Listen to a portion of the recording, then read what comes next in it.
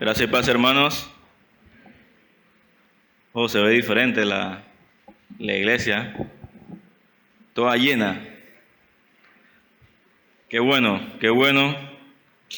Ya, bueno, hoy es la primera vez que después de bastante tiempo que toda la iglesia está reunida en un solo culto.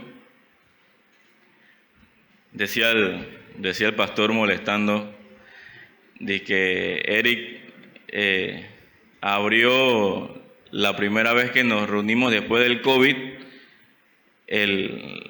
la predicación, y ahora le va a tocar abrir después uniendo los dos cultos. Dios es bueno. Bueno, como sabrán, hemos tomado una pausa en la serie que estamos dando de Éxodo para hablar sobre los temas que estamos viendo en esta semana, que es la Semana Santa. El domingo pasado el pastor comenzó y hoy vamos a seguir hablando sobre la muerte y la resurrección de nuestro Señor Jesucristo. Así que antes de comenzar vamos a orar.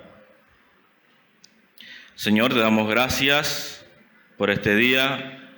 Gracias, Señor, por la oportunidad que nos das de estar juntos como hermanos.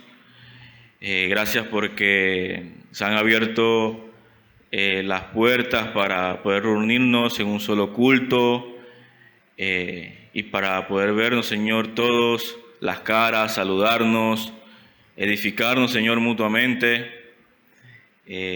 Gracias, Señor, por eso. Te pido, Padre, por la predicación de tu palabra, Señor, que podamos estar atentos a ella, que tu Espíritu Santo, Señor, nos guíe a través de tu palabra y que pueda, Señor, penetrar nuestro corazón, nuestras vidas, y también pueda compartir con otros. Te lo agradecemos y te damos gracias en el nombre de Jesús. Amén. Bueno, como sabrán, una vez al año aparecen grandes carteles, aparecen propagandas, películas que anuncian en los medios y en las iglesias alrededor del mundo una gran noticia. Y este anuncio se hace aún mayor hoy domingo. Y esa noticia es la que todos conocemos, que es que Jesús ha resucitado. Pero después de este anuncio de que Jesús ha resucitado, surge una pregunta. Jesús ha resucitado, ¿y ahora qué? ¿Sí? Él ha resucitado, ¿y ahora qué? Me imagino que los discípulos se hacían la misma pregunta cuando oyeron la noticia por primera vez, después de caminar 3 años y medio con Jesús, que fue su amigo, fue su maestro. Ahora Jesús estaba muerto. Sus esperanzas de que Israel fuera restaurada quedaron reducidas a cenizas. Todo lo que ellos creían parecía estar en ruinas. Y luego la noticia: Él ha resucitado. Pero esto fue lo que el ángel le dijo a la mujer que fue a la tumba y la encontró vacía. No os asustéis, buscáis a Jesús Nazareno, el que fue crucificado. Ha resucitado, no está aquí. Mirad el lugar en donde le pusieron. A su debido tiempo, todos los discípulos y más de 500 creyentes volverían a ver a Cristo resucitado. no podía negarse, no había campo para ninguna duda. Él estaba vivo, Él había resucitado. Pero, ¿y ahora qué? Es por eso que la predicación de hoy se titula Viviendo bajo el poder de la resurrección. Viviendo bajo el poder de la resurrección. Y vamos a ver 3 verdades que debemos seguir cuando vivimos bajo el poder de la resurrección de Cristo. Y ese es el ¿y ahora qué? ¿Cómo vivir después de la resurrección de Cristo? 3 verdades que debemos seguir. La primera, debemos vivir sin servirle al pecado. Cuando uno vive bajo el poder de la resurrección de Cristo, debemos vivir sin servirle al pecado. 2, debemos vivir firmes y constantes en su obra. Debemos vivir firmes y constantes en su obra. Y número 3, debemos vivir pensando que tendremos una recompensa celestial.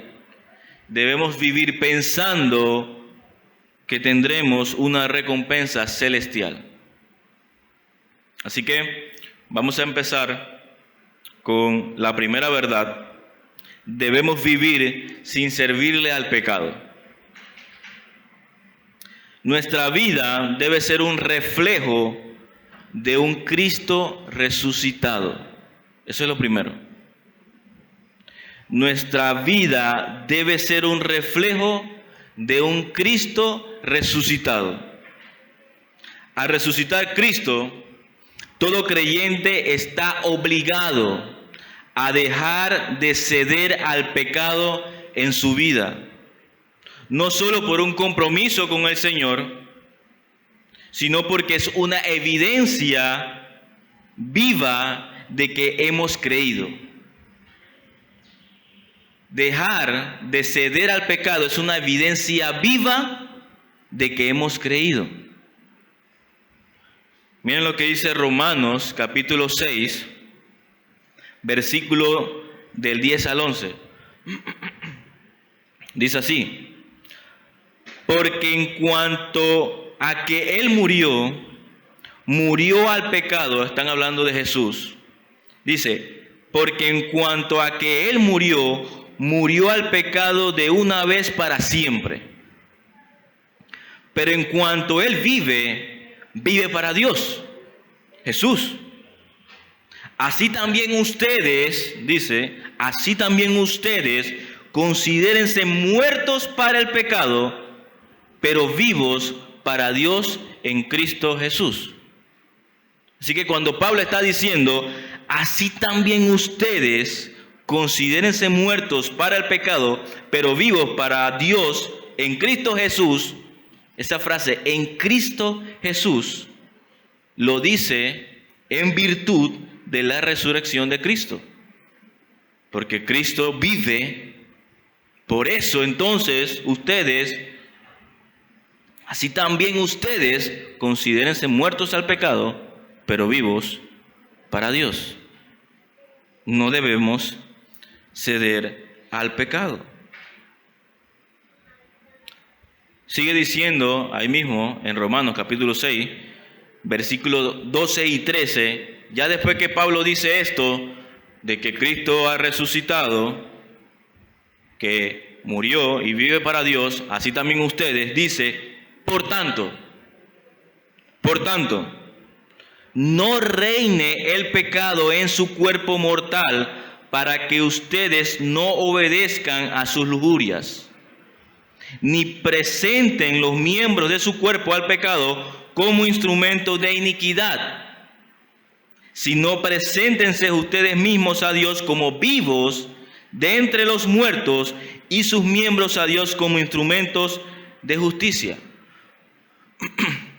Lo que explica Pablo es que Cristo es que si Cristo resucitó, entonces, por tanto, no reine el pecado en nosotros. O sea, que como consecuencia de la resurrección de Cristo, el creyente no debe obedecer al pecado ni someterse a él. Repito, como consecuencia de la resurrección de Cristo, el creyente no debe someterse al pecado. No debe. En cambio, nos presentamos a Dios como vivos entre los muertos, así como Cristo cuando murió al pecado y vivió para Dios. Así que, hermanos, muramos al pecado y vivamos para Dios gracias al poder de la resurrección de Cristo. Así debemos vivir. Debemos vivir sin servirle al pecado. ¿Por qué? Porque Cristo resucitó. Por eso.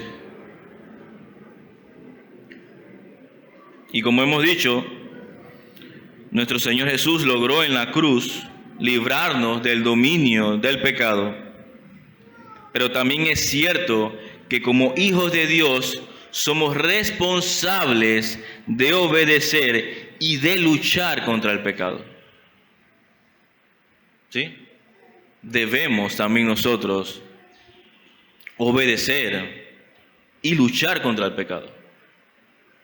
No quedarnos y que, bueno, sí, Cristo resucitó y ahora, bueno, pues, ahí hay un poder que está sobre mí, entonces yo hago lo que quiera. Entonces no estás dando evidencia de que estás viviendo bajo el poder de la resurrección de Cristo. O sea, no estás dando evidencia de que eres hijo de Dios si tienes ese pensamiento. El pensamiento de un hijo de Dios es: Cristo resucitó,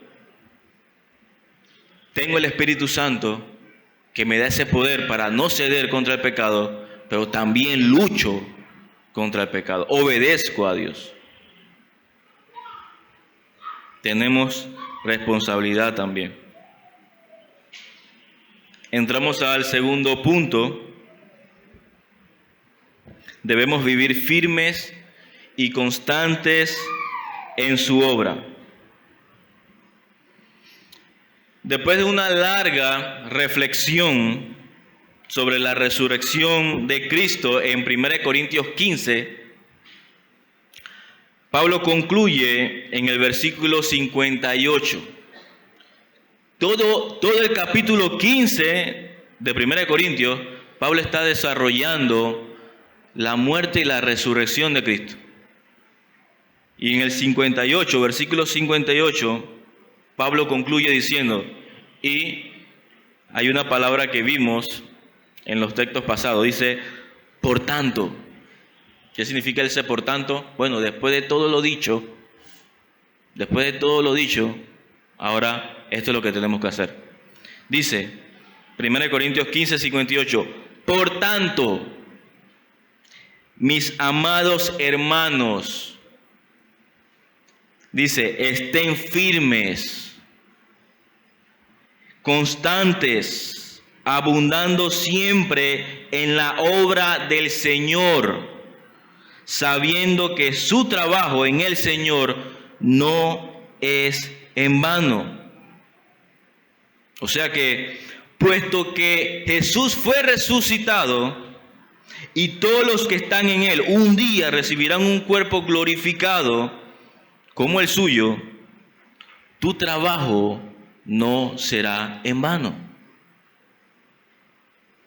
Medita en cómo esta verdad debería motivarte a vivir delante de Dios cada día en todas las esferas de tu vida, en todas las esferas del servicio a Dios, a lo que Dios te ha llamado.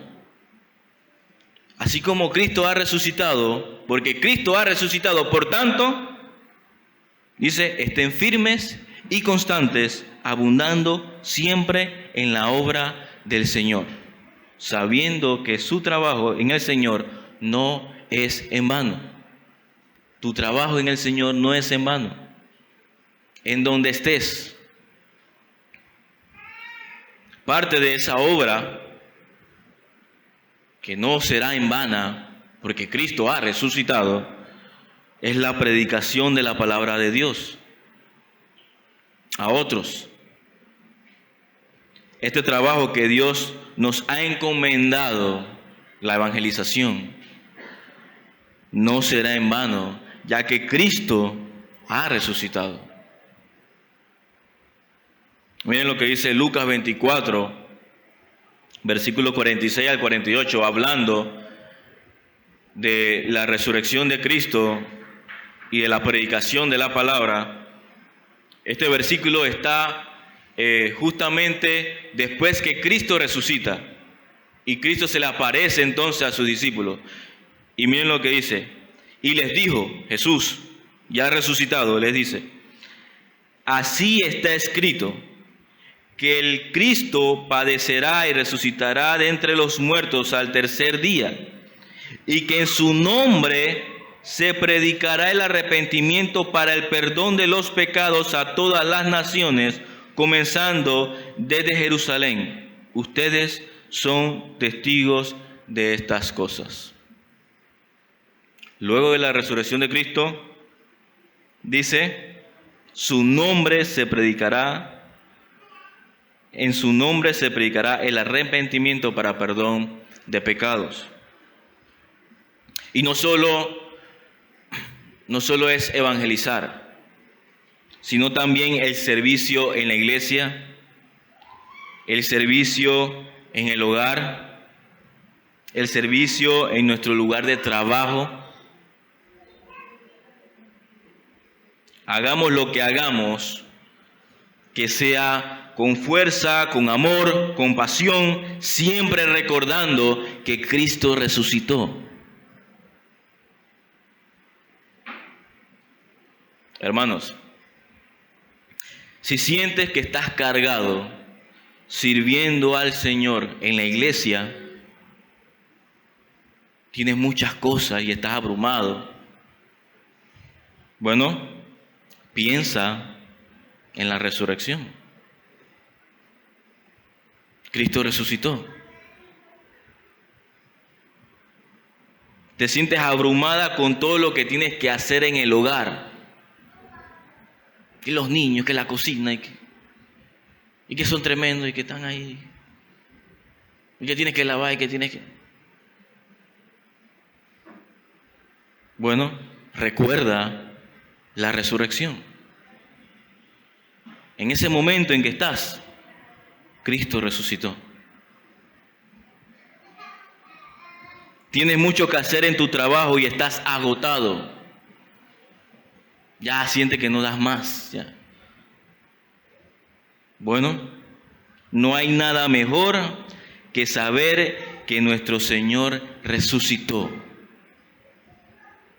No hay nada mejor. Qué gran aliento y alivio es saber que nuestro Señor resucitó, y con ese mismo poder que lo levantó de la muerte, nos hace permanecer firmes y constantes en su obra, y sabiendo que todo el trabajo que hagamos para Él no será en vano. El mismo poder que resucitó a Cristo de entre los muertos, ese mismo poder opera en nosotros y hará que el trabajo que hacemos no sea en vano, y nos hará estar firmes y constantes en su obra.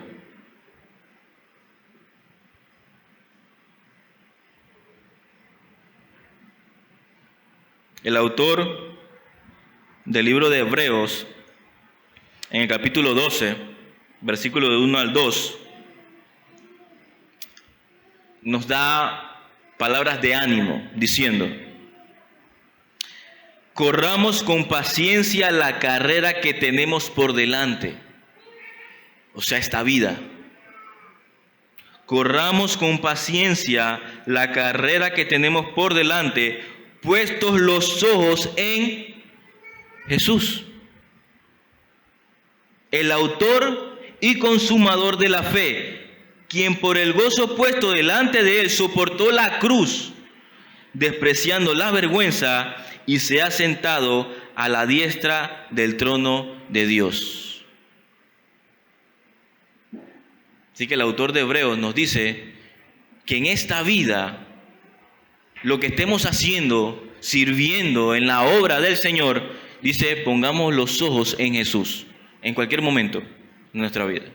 Y después explica quién es ese Jesús. Es aquel que murió y ahora resucitó y está sentado a la diestra de Dios. Así que debemos recordar la resurrección.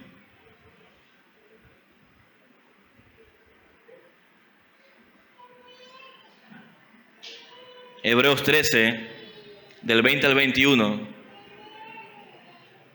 nos dice acerca de lo que Dios hace en nosotros para seguir firmes y constantes en su obra después de la resurrección de Cristo. Dice, y el Dios de paz, que resucitó de entre los muertos a Jesús nuestro Señor. Repito, y el Dios de paz que resucitó de entre los muertos a Jesús nuestro Señor, dice, el gran pastor de las ovejas, mediante la sangre del pacto eterno, que dice, los haga aptos en toda obra buena para hacer su voluntad, obrando Él en nosotros lo que es agradable delante de Él mediante Jesucristo, a quien sea la gloria por los siglos de los siglos. Amén. Eso es lo que hará Dios en nosotros. Ese mismo Dios que resucitó a Cristo, dice, es el que nos hace aptos para toda buena obra.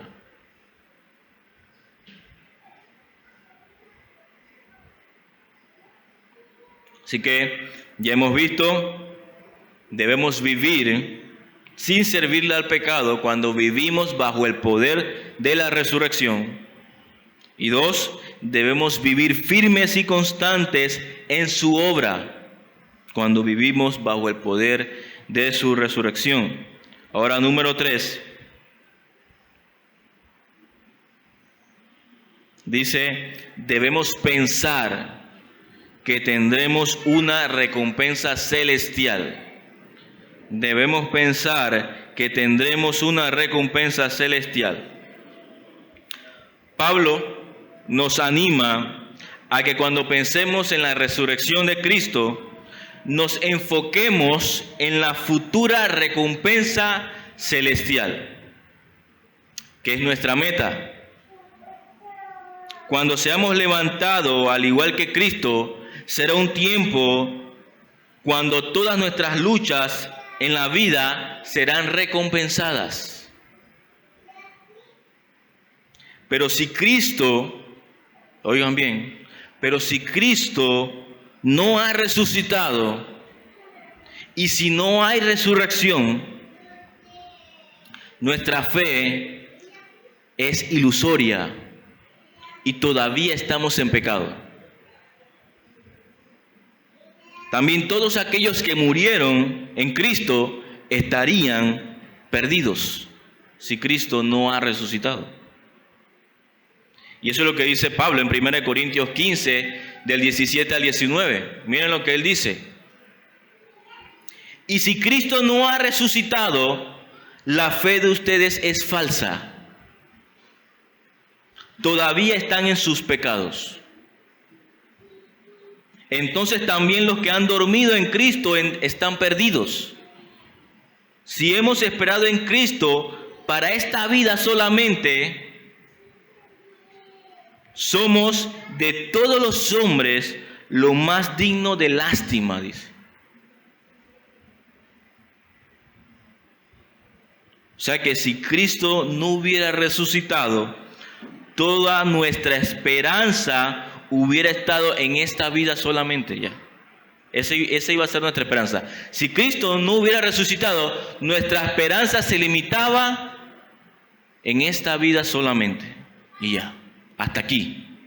Hasta aquí llegamos. O sea, que no tendría sentido todo lo que hacemos. Nada tendría sentido. Como dice Pablo en 1 Corintios 15:32, dice: si por motivos humanos luché contra fieras en Éfeso, ¿de qué me aprovecha si los muertos no resucitan? Comamos y bebamos, que mañana moriremos. Ya listo. Dice, si no hay resurrección, entonces hagamos lo que queramos, porque no va a haber resurrección si Cristo no resucitó. Porque en Corintios se estaba infiltrando doctrinas que decían que Cristo no había resucitado. Y Pablo está contrarrestando estas falsas enseñanzas.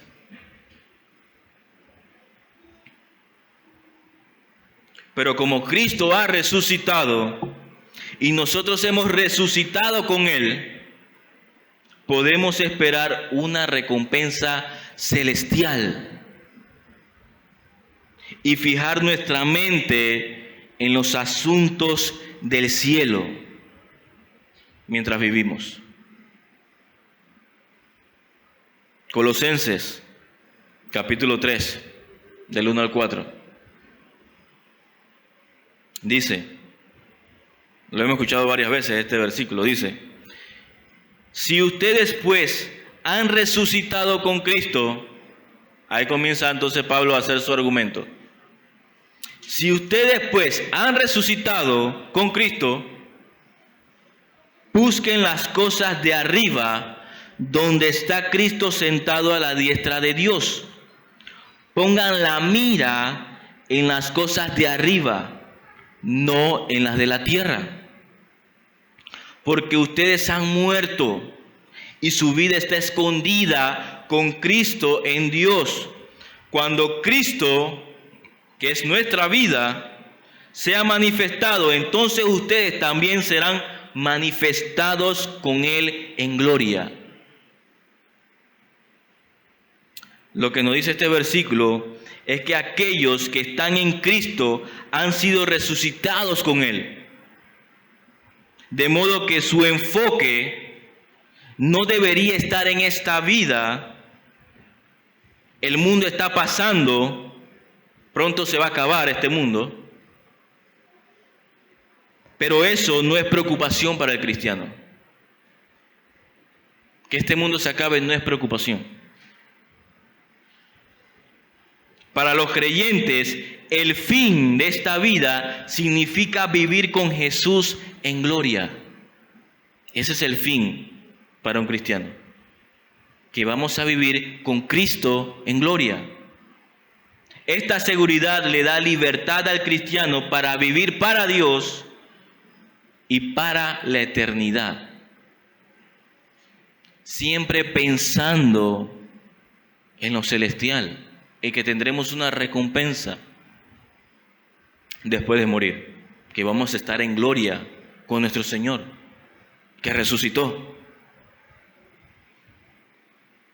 Como dice el comentario de Matthew Henry, dice así: el cristiano debe mantener los pies sobre la tierra, pero la cabeza en el cielo, dice. Así debe vivir el cristiano. El cristiano vive con los pies sobre la tierra, pero la cabeza en el cielo.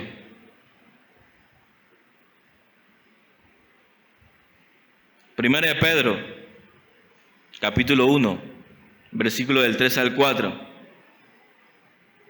Dice: bendito sea el Dios y Padre de nuestro Señor Jesucristo, quien según su gran misericordia nos ha hecho nacer de nuevo a una esperanza viva. Dice, Dios nos ha hecho nacer de nuevo, o sea, somos hijos de Dios, pero no para nada. Dice, para una esperanza viva, mediante la resurrección de Cristo de entre los muertos.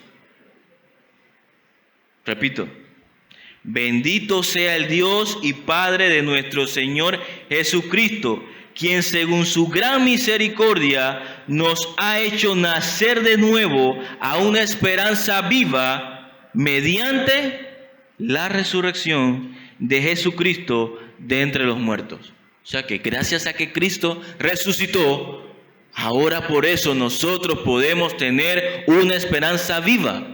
Ahora podemos pensar en esa recompensa celestial, en que vamos a estar con Cristo en gloria, porque Cristo resucitó. Y sigue diciendo, no termina ahí, dice el versículo 4, para obtener una herencia incorruptible, inmaculada y que no se marchitará, reservada en los cielos para ustedes. Y ese para ustedes es Pablo escribiéndole a una iglesia que está con creyentes. No es para cualquiera, es para los que han creído. Dice, vamos a tener una herencia y en eso debemos pensar mientras estamos viviendo en este mundo. No va a ser como este mundo que se va a acabar, que se daña, que se marchita. Allá no va a pasar eso. Gracias a la resurrección de Cristo. Pregunta: ¿qué podría significar buscar las cosas de arriba para nosotros toda esta semana que pasó y la que viene? Ahí piensen, para ustedes, ¿qué significa buscar las cosas de arriba en esta semana que viene? ¿Qué van a hacer para aplicar ese versículo? Buscad las cosas de arriba. Y mientras buscamos las cosas de arriba, estamos también mostrando las riquezas de la salvación y la esperanza que tenemos en esta vida y en la que está por venir. O sea, mientras buscamos, estamos mostrando esas riquezas de la salvación. O sea, estamos mostrando que vivimos bajo el poder de un Cristo resucitado.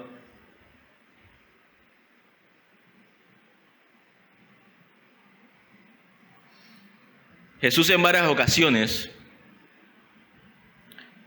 les dijo a sus discípulos, y como ejemplo vamos a ver Lucas 9:22. Jesús le decía a sus discípulos: es necesario que el Hijo del Hombre padezca muchas cosas y sea desechado por los ancianos, por los principales sacerdotes y por los escribas, y que sea muerto y resucite al tercer día. Jesús en varias ocasiones le dijo eso a los discípulos antes de morir. Pero ellos, en todas esas ocasiones que Cristo le dijo eso, ellos no comprendieron todo lo que implicaba esas palabras que Jesús le decía. No comprendían, no entendían. Pero luego, después que Cristo resucita,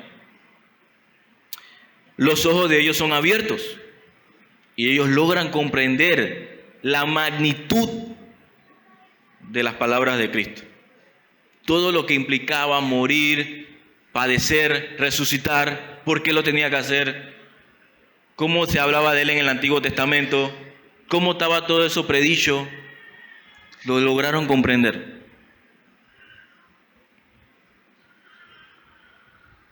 De la misma forma, hoy Dios, a través de su Espíritu Santo, nos muestra cómo vivir bajo el poder de su resurrección, viviendo una vida sin servirle al pecado, viviendo firmes y constantes en su obra y pensando que tendremos una recompensa celestial.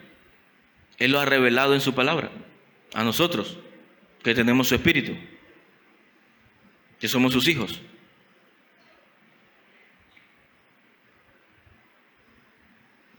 Todo gracias a ese poder que levantó a Jesús de la muerte. Ese mismo poder es el que ahora opera en nosotros para vivir con el enfoque correcto. No vivir por vivir, sino vivir con el enfoque correcto. El apóstol Pablo oró por los creyentes en Efesios. Y esta oración que hizo el apóstol Pablo por los efesios, sería bueno que nosotros también tuviéramos ese deseo de orar de la misma forma por nuestros hermanos. Dice así, Efesios 1, del 18 al 20. Efesios 1, del 18 al 20. Dice Pablo: mi oración es que los ojos de su corazón les sean iluminados para que sepan cuál es la esperanza de su llamamiento, cuáles son las riquezas de la gloria de su herencia en los santos. Y aquí prestemos atención. Y cuál es la extraordinaria grandeza de su poder para con nosotros los que creemos, conforme a la eficacia de la fuerza de su poder. Y dice el 20, ese poder obró, ese poder que opera en lo que creemos, en nosotros, ese poder que opera en nosotros, dice, ese poder obró en Cristo cuando lo resucitó de entre los muertos y lo sentó a su diestra en los lugares celestiales. Repito la parte en la que debemos enfocarnos. Mi oración es que los ojos de su corazón les sean iluminados para que sepan cuál es la extraordinaria grandeza de su poder, del poder de Dios, para con nosotros los que creemos, conforme a la eficacia de la fuerza de su poder. Ese poder obró en Cristo cuando lo resucitó de entre los muertos y lo sentó a su diestra en los lugares celestiales. Entonces, ¿se imaginan, hermano? O sea, imagínense la escena. Cristo muere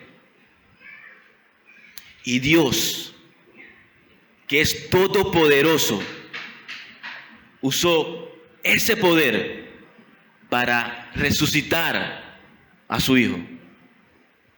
Ese poder grande lo usó para eso. Y dice que ese mismo poder, ese es el que ahora opera en nosotros. Es por eso que si vivimos bajo ese poder que resucitó a Cristo de entre los muertos, debemos vivir sin servirle al pecado. Debemos vivir firmes y constantes en su obra. Y debemos vivir pensando en una recompensa celestial. Porque el poder de Dios que resucitó a Cristo opera en nosotros. Por eso, hermanos, que cuando una persona no está dando frutos de haber creído en Cristo, y sigue constante, practicando y practica, y se pasa en lo mismo, no está dando evidencia, no tiene el poder. El poder de Dios hace lo imposible. Y si el poder de Dios está operando en nosotros, vamos a dar fruto. Vamos a dejar de ceder al pecado. No estamos diciendo que no vamos a pecar, no. Vamos a dejar de ceder, no nos vamos a revolcar en el pecado, no nos va a gustar el pecado, no nos vamos a deleitar en el pecado, nos va a molestar. Vamos a querer servir en la obra del Señor, en donde estemos, ya sea en la iglesia, ya sea en la casa, ya sea en el trabajo. Lo vamos a hacer y con gusto. Si estamos cansados, Dios nos va a dar fuerza, como dice su palabra, como el águila, nos la va a renovar. No nos vamos a quedar ahí, no puedo, y nos vamos a rendir. No, eso no va a pasar con el creyente, porque tenemos el poder que resucitó a Cristo de entre los muertos. Y vamos a pensar y vamos a vivir enfocados con el objetivo en el cielo, en lo celestial.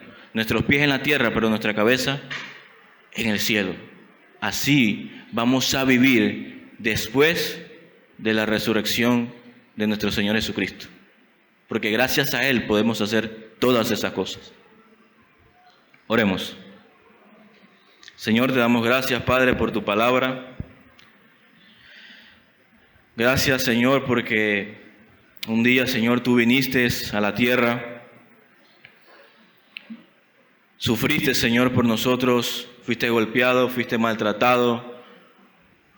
Te injuriaron, dijeron falso testimonio de ti, Señor. Y fuiste en nuestro lugar a la cruz. Nosotros debíamos estar allí para pagar por nuestros pecados. Pero tú lo pagaste por nosotros, Señor. Gracias, Señor, por ese pago que hiciste. Sufriste toda la ira de Dios por nosotros, porque esa ira de Dios era para nosotros.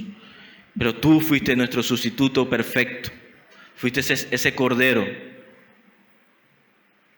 que nos limpió, Señor, de nuestros pecados. Y, Señor, no te quedaste en la muerte, en la cruz, sino que resucitaste. Y eso nos da esperanza, porque al resucitar, todo ese sacrificio que hiciste, a Dios lo dejó satisfecho. Por eso te resucitó, Señor. Y te damos gracias, porque ahora podemos vivir, Señor, ya no estando esclavos al pecado, sino sirviéndote a ti. Podemos vivir sirviéndote a ti, Señor, y con la esperanza que un día estaremos contigo en gloria. Gracias, Señor, por tu palabra. Gracias por todo lo que tú nos enseñas a través de ella. Tu palabra es viva, Señor, que nos redarguye y nos enseña. Ayúdanos también a enseñarle a otros tu palabra, a poder en casa estudiar tu palabra en familia, enseñarle a nuestras esposas, a nuestros hijos, lo grande, Señor, que tú eres, el gran poder, Señor, que tú tienes, que operó en tu Hijo Jesucristo y que ahora opera en nosotros, para darnos esa fuerza, ese valor, esa esperanza de vida, como dice tu palabra. Te damos gracias, Señor. En el nombre de Jesús. Amén.